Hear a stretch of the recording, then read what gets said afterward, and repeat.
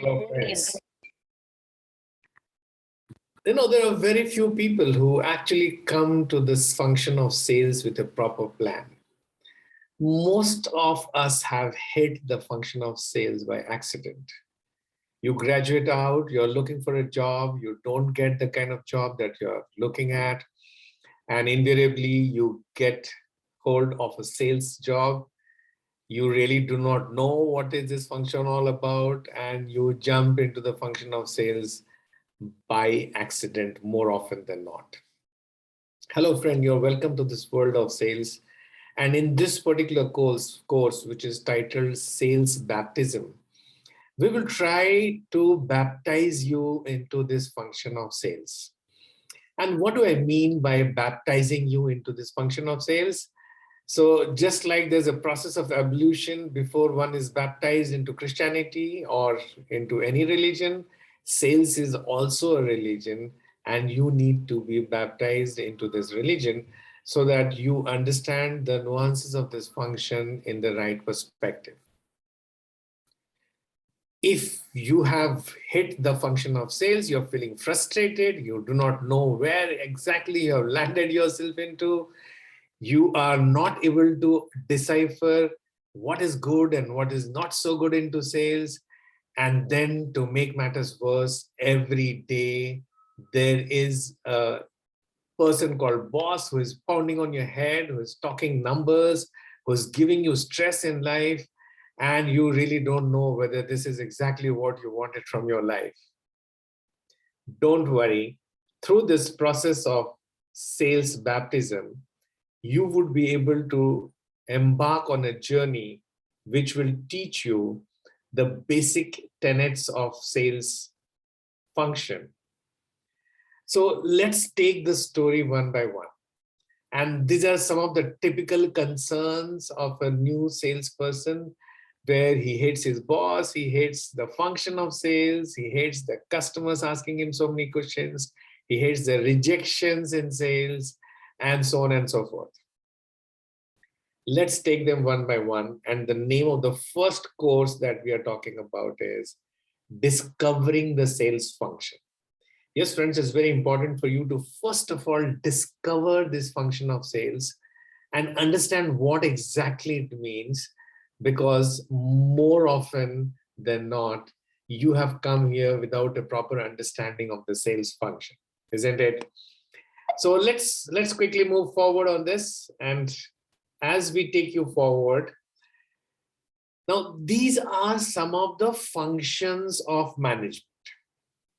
Now, what are the various functions of management? You have production management, finance management, human resource, material management, and marketing management. Now, typically production management would cater towards production of goods and services, whereas finance management would cater to everything which revolves around money and its management. Human resource management would revolve around people and its management, and material management would revolve around materials that gets into the production and also the output of a production, managing that entire function. So the last function mentioned here is marketing management, and you would better understand that sales is a part of marketing management. Now, how does marketing management really break into? So I would broadly classify marketing management into three functions, which is marketing, sales, and public relations. Now, marketing in itself is a superimposing function. It's a generic function, and broadly, students of marketing understand and master the 7P elements, which primarily represent product, price, place, promotion, packaging, people, and positioning. Now, some of you might say that people is all about human resource management. So why the hell are you talking about people under marketing? Well, here we are talking about the people focused into sales and marketing. So a student who masters in-depth study of the 7Ps and works around these 7Ps is broadly a student of marketing. Now, within these 7Ps, is a derived function, which is what we call sales. So it's very important for you to understand what exactly is the difference between sales and marketing at this juncture. While marketing decides on what is to be marketed, why it is to be marketed, and what position in the customer's mind space should one take while marketing it, sales is a function which takes the product decided by marketing into the real marketplace, into the real customers, talks to those customers, connects to those customers, communicates with those customers, and closes orders with those customers. So if you look at the function of sales, it is primarily overridden by 3 C's, which talks about connect, communicate, and close. So if you're a student of sales, you got to understand how you are going to connect with your targeted group of customers, either psychologically, economically, socially, politically, in every other way. How do you connect to your customers? After having connected to your customers, how do you communicate about your products and services to your customers?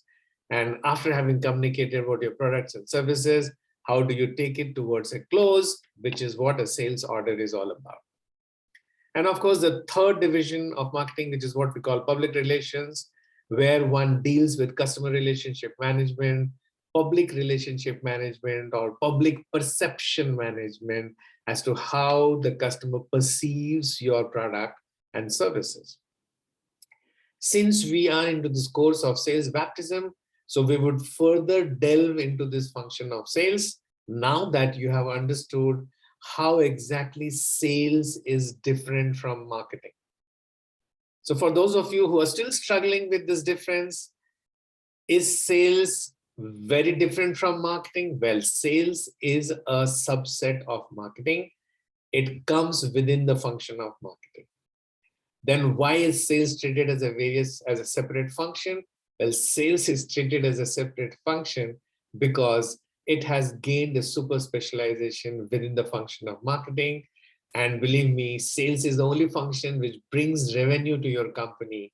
So everyone looks towards sales with keen set of eyes, because this is the function which is going to bring revenue to the organization. This is the function which will be responsible in a major way for the long-term sustainability of the organization. So if you're looking at sales with a deeper lens now, let's look at what are the various types of selling. Now, typically one would have in mind that sales is all about door-to-door selling only, but that's not true.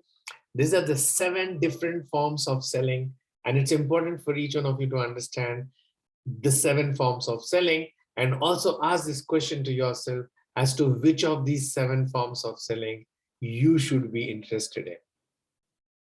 So we start with direct selling, which is more of the door-to-door selling that you look at it, or industry-to-industry selling that you look at it, or agent-to-agent selling that you look at it.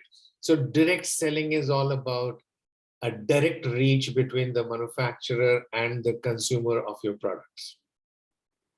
Then you have the channel of distribution mode of selling, which is also known as B2B mode of selling, wherein you don't sell your goods and services to the end user or the consumer.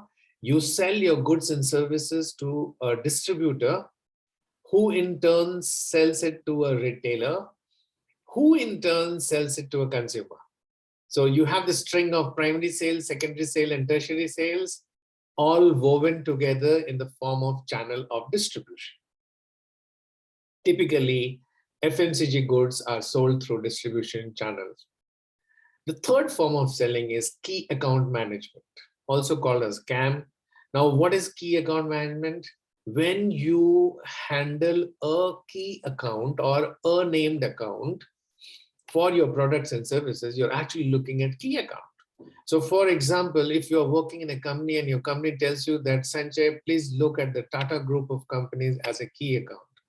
So now Sanjay has only one job: to look at the Tata group of companies to sell its products and services. So when you are asked to to deal with mandated accounts, which are crucial accounts, which are strategic accounts. It is called key account management. Then the fourth type of selling is e-commerce, where you use the global marketplace and you use the web portal to be selling your products and services, something like Amazon. It is called e-commerce. You can have your own Amazon, or you can make use of the portal of Amazon. Two versions of e-commerce. The fifth form of selling, of course, is exports, which all of you know. When you try to sell your goods and services across the borders of India into foreign locations by taking care of the norms of the foreign land in terms of quality and documentation and import procedures, you are into exports. The next form of selling is called retail trade, and retail trade over a period of time has evolved from conventional retail to modern retail. So what is retail trade? Retail trade are the typical mom and pop stores through which you sell your products.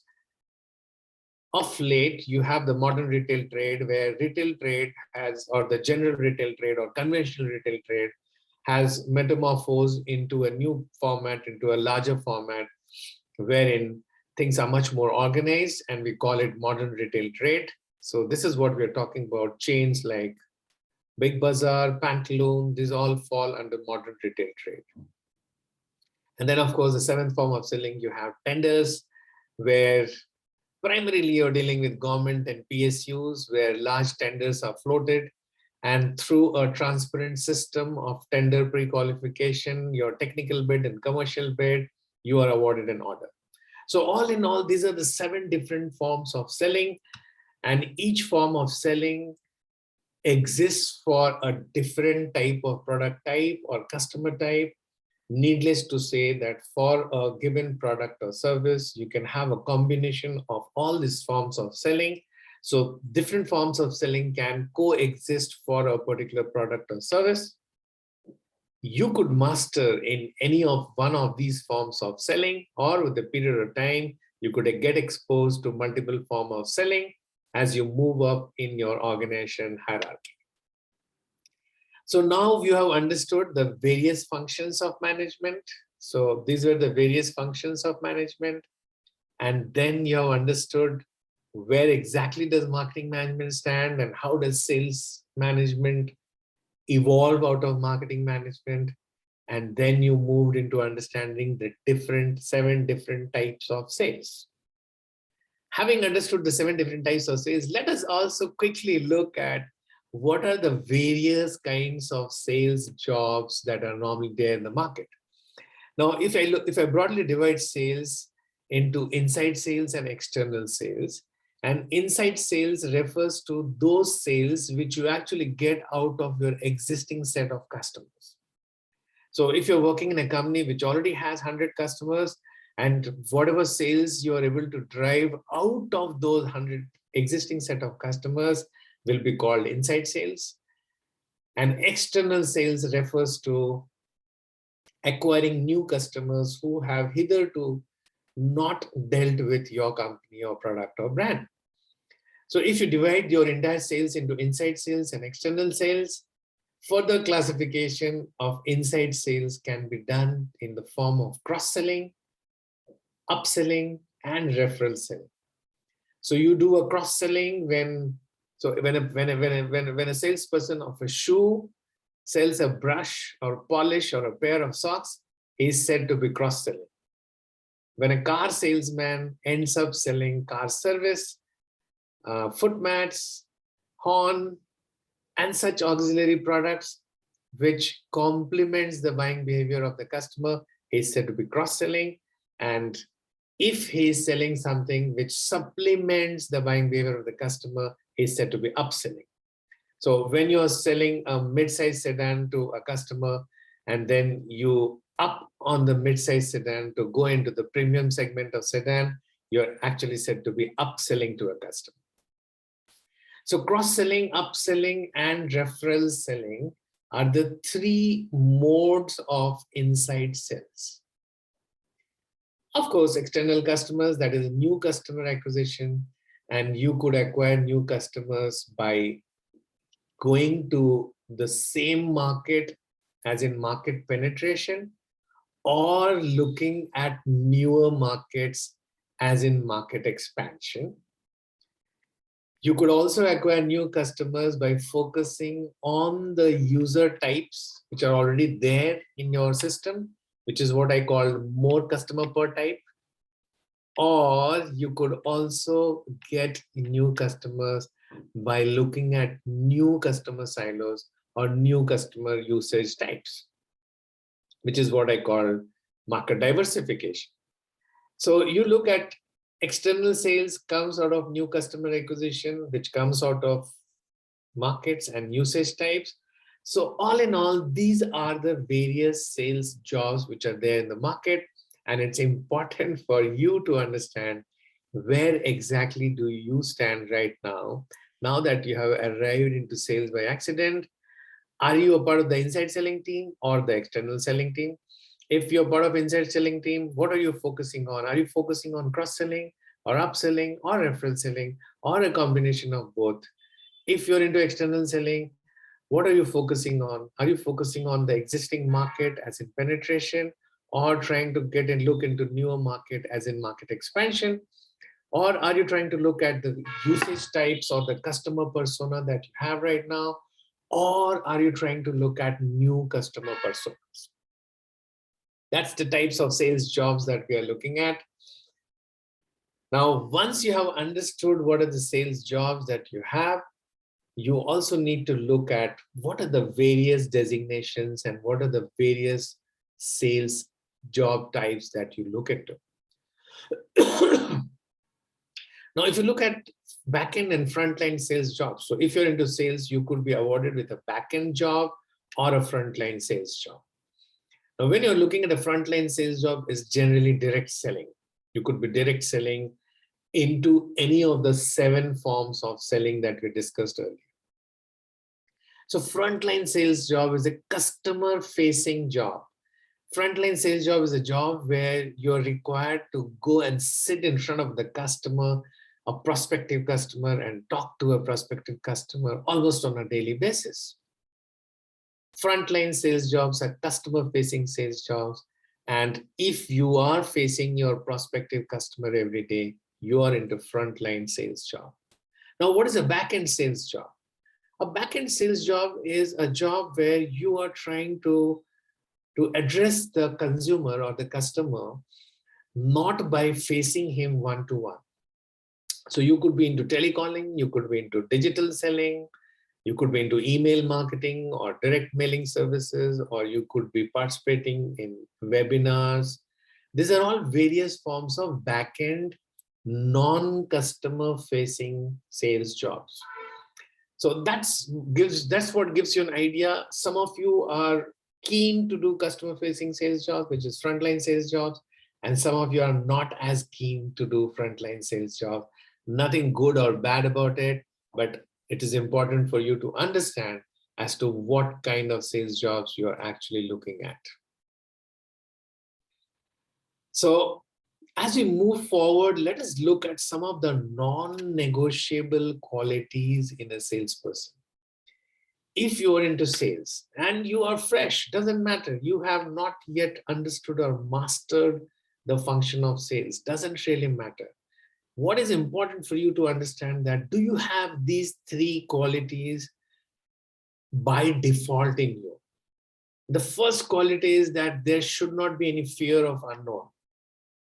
Whenever you're asked to go and meet a particular set of people, or you're asked to go and represent your company into a particular set of company, if you are engrossed with ideas of what will the person think, are you the right person to make this call? You get all this fear in your mind, then I think you are not being a right salesperson. So if you are a salesperson, by basic definition, you should not have any fear of unknown. Because if someone has given you any assignment in sales, that person has thought about it, whether you are going to damage anything into the call. So why are you so bothered about it? Just go and do it. Any assignment given to you, just go and do it. Don't worry about the outcome. Don't worry about log kya kahenge. Don't worry about what is going to happen out of it. Just do it. That's the fear of unknown. You do not have any fear of the outcome. You just go and do it. The second non-negotiable quality in a salesperson is you got to be people friendly. You should love to meet people. You should like the idea of meeting new people every day. You should be friendly towards meeting people. You should not have an inhibition to meet new people. You should not feel bad about meeting new people. You should be excited to meet new people. Whether you're meeting the right kind of people or not is a different set of question. But by default, you should look forward to meet new people. You should be excited to meet new people. You should be always over energetic to make new friends into the market. And you should look forward to meet as many new people as possible. The second non-negotiable quality in a salesperson. And the third non-negotiable quality in a salesperson is, if you're a salesperson, you got to be very inquisitive. You got to have a lot of questions in your mind, just like a child is full of curiosity. And when you're talking to a child, the child always has a lot of questions to ask, isn't it? So do you also have a lot of questions to ask to your customers? Yes, you must be a great salesperson in the making.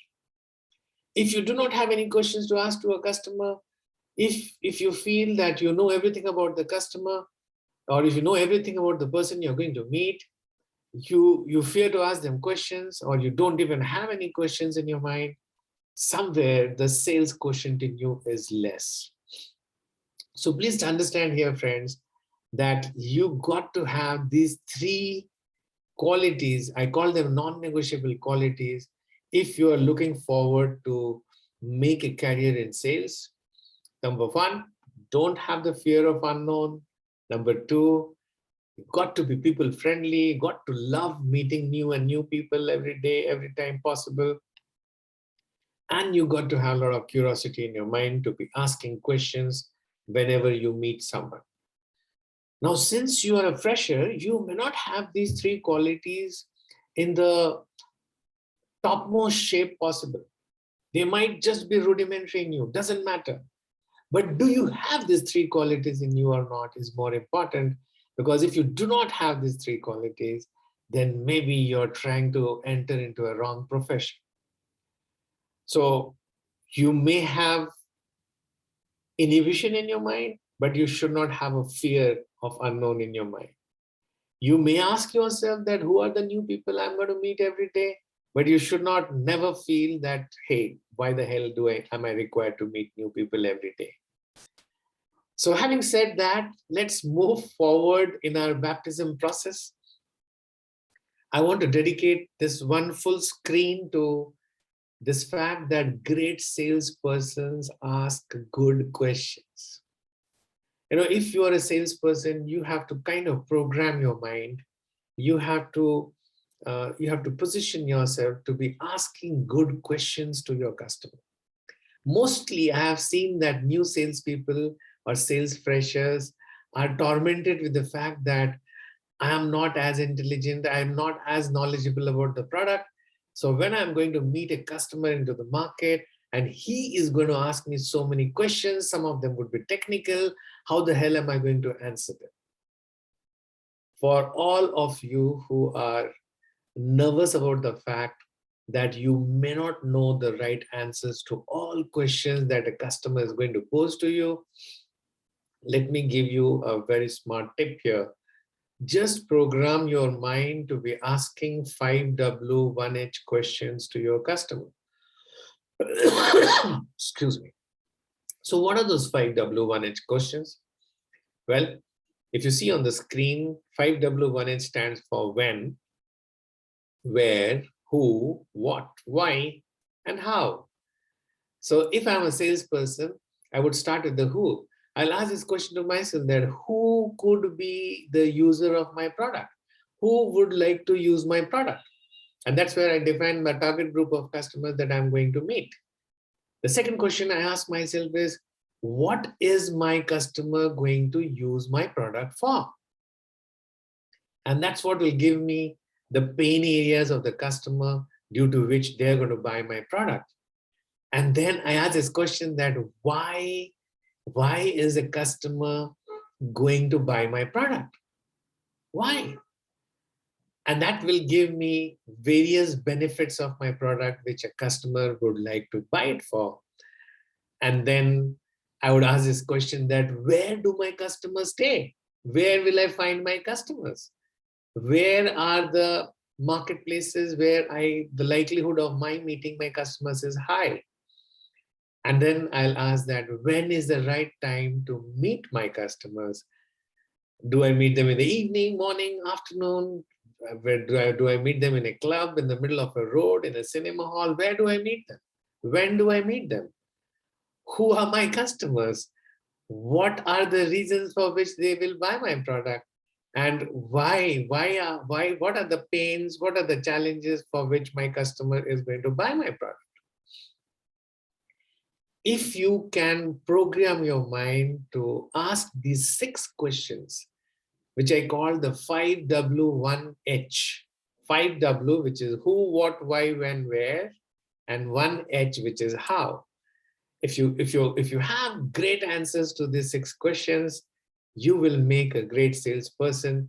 So since you are a sales fresher and you're in the process of baptizing yourself into the function of selling, just remember the screen and tell yourself that you got to master the 5W1H questions in your life and you would make a great salesperson. So now that we have gone into the nuances of this function of sales, I want to conclude this session by asking you this question. Do you understand sales function better now? Do you see a place for yourself in this function? And do you wish to make a career in sales function?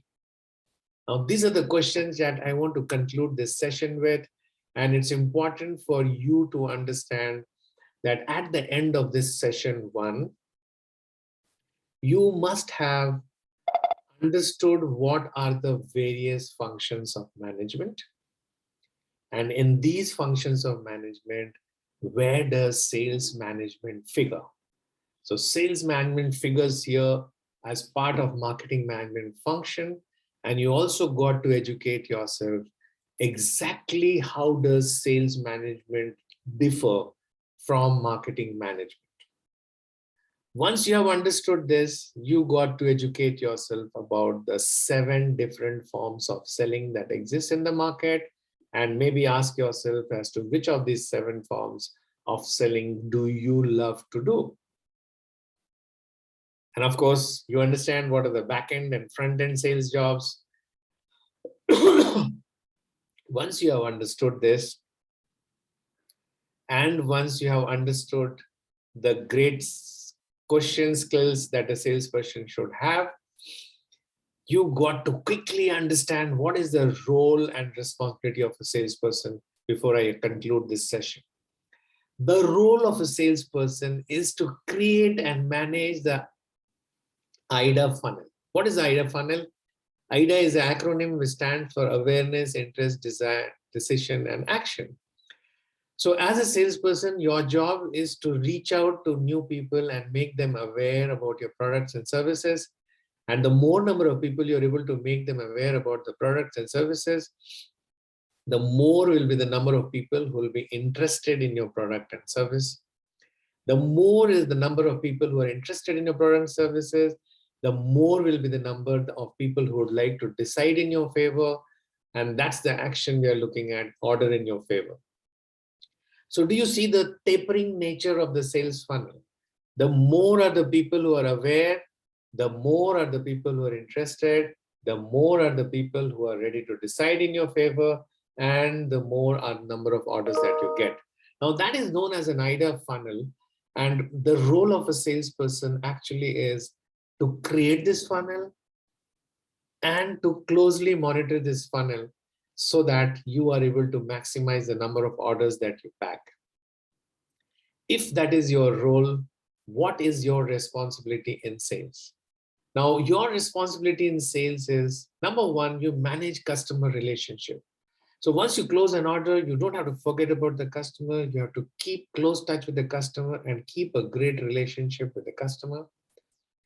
The relationship building exercise is so good that you are able to monetize the relationship into customer lifetime value, which means that you don't end up selling to a customer only once. You keep on revisiting the customer and sell more to him or through him, which is what we call customer lifetime value, the CLTV value.